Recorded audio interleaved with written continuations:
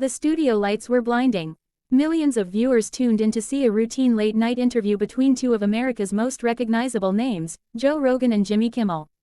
But that night wasn't going to be routine. From the first moment Joe stepped onto the stage, there was a tension in his eyes, a quiet but unmistakable fire. As cameras rolled and the audience cheered, no one could predict the emotional storm that was about to unfold live on air. Joe had spent months privately struggling with what he'd learned about a certain segment aired years ago on Jimmy's show, a segment that, to Joe, had crossed a moral line and hurt people he cared about. He had tried behind-the-scenes discussions, private phone calls, and mutual friends. Every attempt had been brushed off or met with polite silence. Tonight was his last chance. If I don't speak now, Joe whispered to himself backstage, this will never come out. Jimmy, on the other hand, walked onto the stage smiling, playing his usual role as the affable host. He had no idea Joe had come prepared not for laughs but for truth. The crowd's applause faded, replaced by the low hum of expectation. Joe's fans, and even Jimmy's, felt something different in the air. The conversation began normally, jokes about podcasts, martial arts, elk meat, the usual. But Joe's tone was off. His eyes stayed locked on Jimmy's, steady and serious. Then, almost abruptly, Joe leaned in and said, "Jimmy, there's something I've wanted to ask you for a long time." The studio went silent. Jimmy chuckled nervously, trying to maintain control, but Joe pressed on. "You know the segment you aired about veterans back in 2015? The one that made millions laugh but humiliated people who'd given everything for this country. I know some of those veterans personally. They were devastated." The words landed like a thunderclap. Audience members shifted uncomfortably. Jimmy blinked, his practiced grin faltering. Joe wasn't yelling, he was speaking calmly, his voice heavy with personal pain. The cameras stayed fixed on their faces. Jimmy tried to pivot, it was comedy, Joe, but Joe cut him off gently. Comedy isn't comedy when it crushes people who can't defend themselves. You never apologized. You never even acknowledged it. This was the challenge, the confrontation Joe had feared for months. He risked his reputation, his career, and his friendship with one of television's biggest names. Jimmy was visibly shaken, his hand tightening around his cue cards.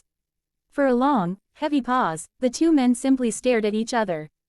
Then something unexpected happened. Jimmy exhaled, shoulders slumping.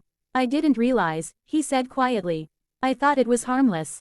I thought people were in on the joke." Joe didn't back down. They weren't. And it broke them. "I'm not here to cancel you.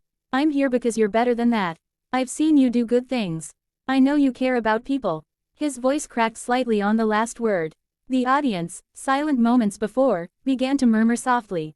They weren't watching a fight anymore. They were witnessing a reckoning, a moment of honesty rarely seen on live television. Jimmy's face flushed, his usual TV persona crumbling.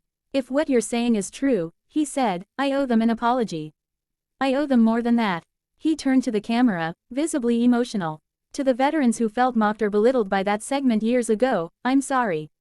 I was wrong." The audience gasped, then erupted in applause. This wasn't scripted. It was raw and real. Joe reached across the desk and placed a hand on Jimmy's arm. "It's never too late to do the right thing." The tension broke. The studio, once buzzing with uncomfortable energy, transformed into something almost sacred, a space where vulnerability and truth could breathe. In the days following that broadcast, the clip went viral. News outlets debated it, podcasts analyzed it, and veterans groups thanked Joe for standing up. But more than anything, people were moved by Jimmy's public apology and the grace with which Joe gave him the chance to redeem himself.